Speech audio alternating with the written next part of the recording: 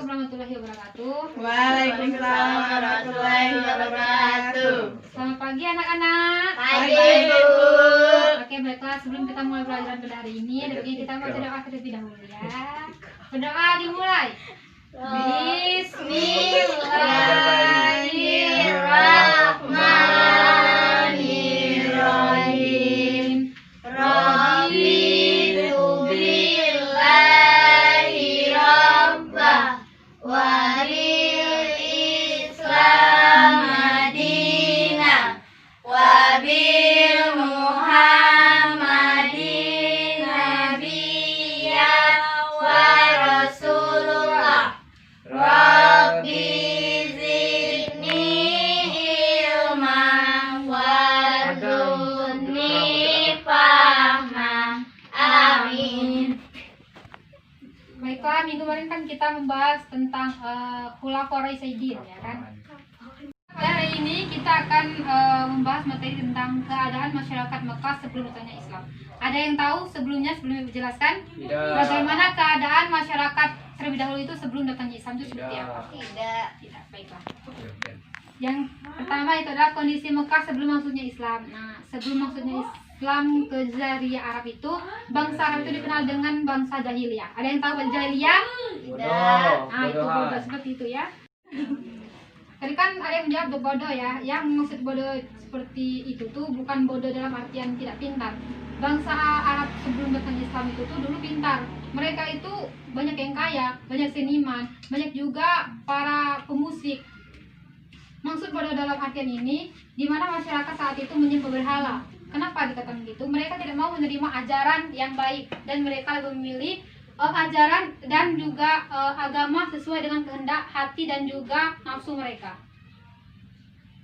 Di antara berhala tersebut yang paling dipuja yaitu berhala Lata, Uzza, Manat. Selain itu masyarakat Arab juga menganut kepercayaan animisme dan dinamisme ataupun tidak percaya akan Tuhan, ataupun ada juga yang tidak memiliki Tuhan. Nah, ada juga yang menganut agama Majusi dan juga agama-agama yang diyakini sebagai ajaran asli Ibrahim yaitu Yahudi dan Nasrani. Pada zaman jahiliyah juga sering terjadi peperangan antar suku karena kenapa? Kita ketahui bahwa watak orang bangsa Arab itu kan keras dan juga mereka itu keras, bebas dan juga berani. Nah, kenapa dikatakan mereka itu dikatakan peperangan antar suku? Bahkan peperangan ini juga berlangsung hingga beberapa generasi sampai mungkin saat ini juga mungkin masih ada, tapi mungkin tidak seperti itu dulu ya. Karena memang kita ketahui watak mereka keras, kita bisa lihat dari fisik mereka. Nah, setelah itu untuk memuliakan menghormati Ka'bah, muncul beberapa larangan peperangan ataupun melarang serangan pada beberapa bulan. Nah, pada lucunya mereka ini, meskipun mereka itu berwatak keras, suka saling membunuh ataupun suka saling bertikai, tapi mereka itu tetap menghormati yang namanya Ka'bah. Meskipun mereka itu kita ketahui mereka tidak percaya akan agama ajaran Islam, pada saat itu mereka sangat menghormati yang namanya Ka'bah. Terbukti yaitu dilarangnya perperangan itu yaitu pada bulan Zulkaidah, Zulhijjah dan juga Muharram dan juga Rajab. Namun bangsa Arab itu diperbolehkan berperangan yaitu dilaksanakan pada bulan Muharram. Sebagai gantinya mereka menghentikan peperangan di bulan Safar. Lucu kan seperti itu mereka? Nah, kota Mekah merupakan tempat yang dipandang suci bagi seluruh bangsa Arab. Kota Mekah sejak awal didirikan mengenal sistem pembagian kekuasaan. Bangsa Arab itu juga pada umumnya berwatak keras dan juga berani seperti kita katakan tadi ya kan. Mereka telah lama mengenal agama. Mereka itu memang mengenal agama tapi bukan agama Islam. Mereka lebih percaya dengan agama yang moyang mereka pada mulanya.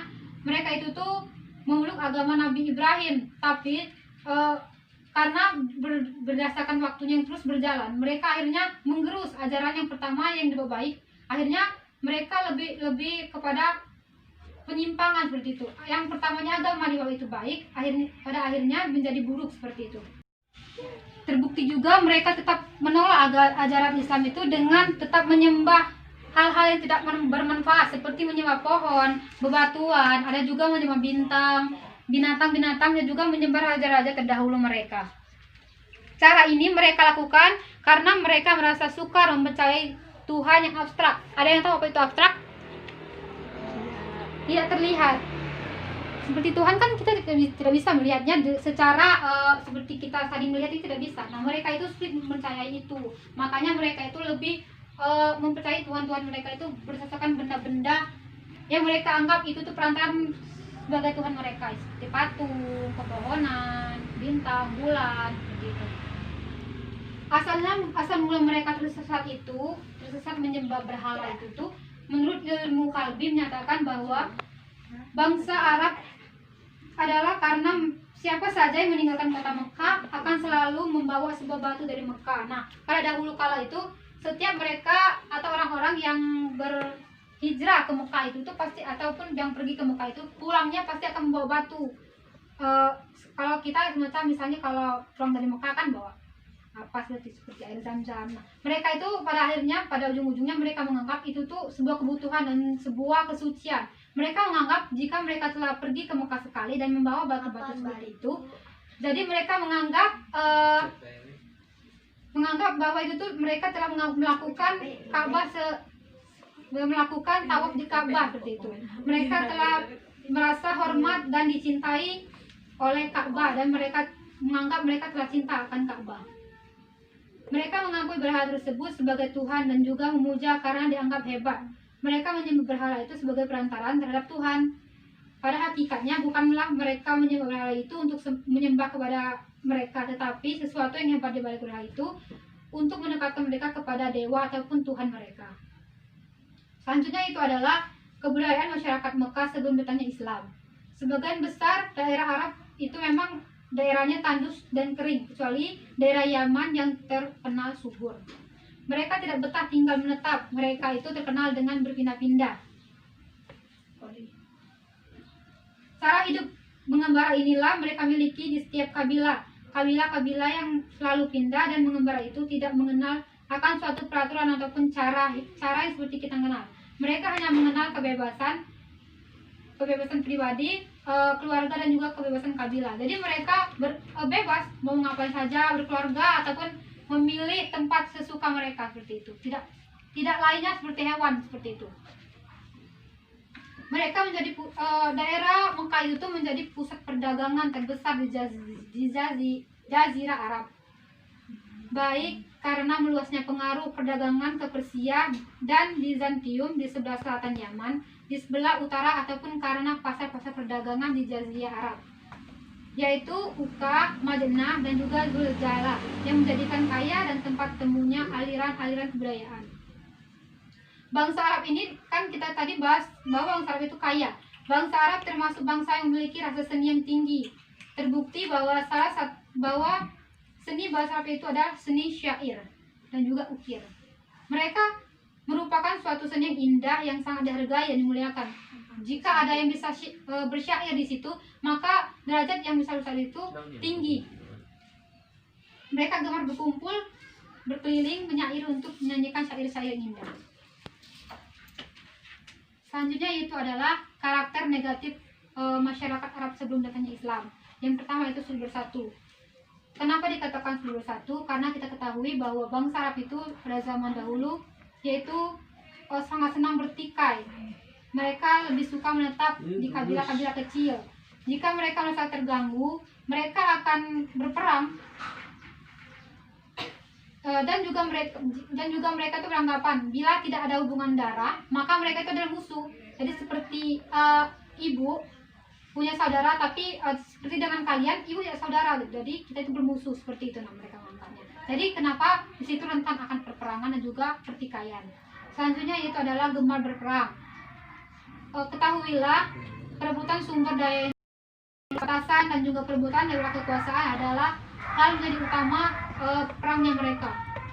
Menurut mereka, pandangan mereka bahwa perang itu adalah halal, wajib pada saat itu, sehingga perang itu menjadi gaya hidup dan seolah-olah menjadi tradisi bangsa jahiliyah saat itu. Selanjutnya itu adalah kejam. Kenapa dikatakan kejam di sini? Ada yang tahu?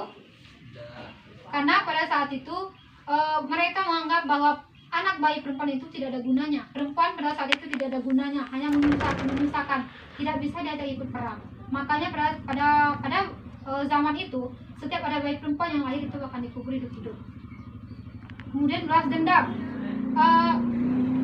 Dalam tataan Arab, tingkat tali saudaraan sangat erat sehingga darah mereka memiliki nilai yang sangat tinggi. Apabila ada saudari atau saudaranya yang terkena, yang diganggu, maka mereka wajib berperang untuk membela temannya atau saudaranya tersebut. Mereka itu memang mereka berwatak kejam. Selain itu juga mereka juga pendendam seperti itu. Ibaratnya itu darah bebas dengan darah. Angkuh dan sombong. Sifat pembalas dendam itu lahirlah sifat sombong. Nah, dari sifat pembalas dendam itu mereka jadi sombong seperti itu. Memabuk dan berjudi. Minuman bagi mereka bangsa Arab adalah barang yang mewah. Sebagai tandanya bahwa bagi orang Arab yang telah mabuk berarti mereka mempunyai uang dan juga mereka telah kaya. Semua itu terjadi ketika umat Islam belum menjadi agama yang mereka anut, sehingga banyak kerusakan terjadi, khususnya moral masyarakat Arab pada saat itu. Mungkin hanya itu saja yang bisa disampaikan. Mungkin ada yang ingin ditanyakan, silakan.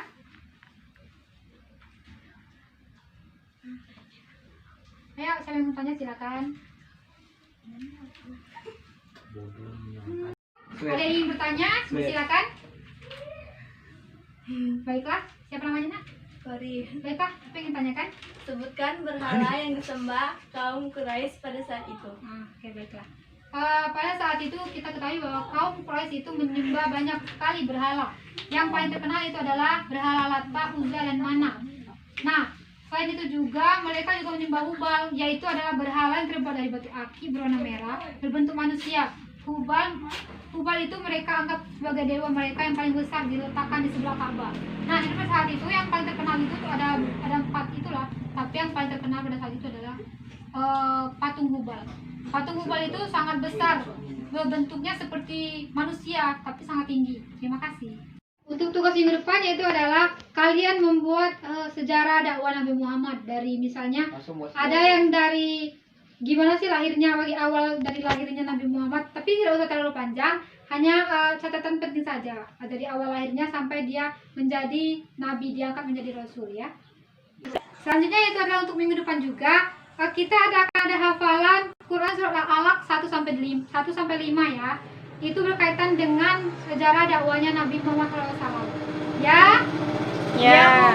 Mungkin hanya itu saja yang dapat Ibu sampaikan. Lebih dan kurang mohon maaf. Wassalamualaikum warahmatullahi wabarakatuh. Waalaikumsalam warahmatullahi wabarakatuh.